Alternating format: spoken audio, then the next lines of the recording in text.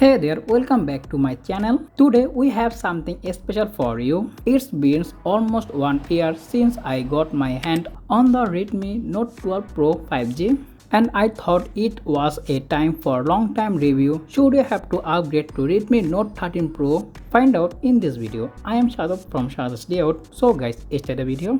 The Redmi Note 12 Pro 5G is a game changer when it first hit the market, offering excellent features in a mid-range price. Talk about the phone design and the build quality. The phone built with Gorilla Glass in the front and back with plastic frame. Phone is also lightweight. The Redmi Note 12 Pro comes with 6.67-inch 1B color W-Vision HDR OLED display, and it's still a joy to look at. The colors are bright and the contrast is great, and the 120Hz refresh rate make everything buttery smooth even after 1 year.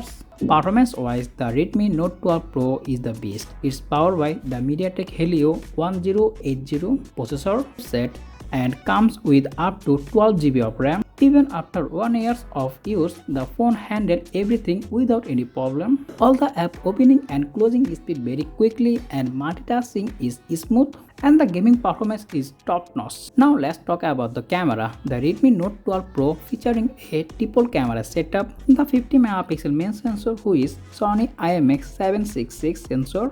The primary lens, you can capture detailed shot with the accurate color. All the image color correction, dynamic range and sharpness is too good. The 8MP ultra wide lens, you also take a decent picture in a daylight and also night. Plus the night mode is still work like a champ for the low light photography thanks for Sony IMX766 sensor. So overall the camera performance is too good in this price range. Phone secured by the side mounted fingerprint scanner and face unlock both, which is very fast and secure, and the phone powered by 5000 mAh battery with 67W fast charger.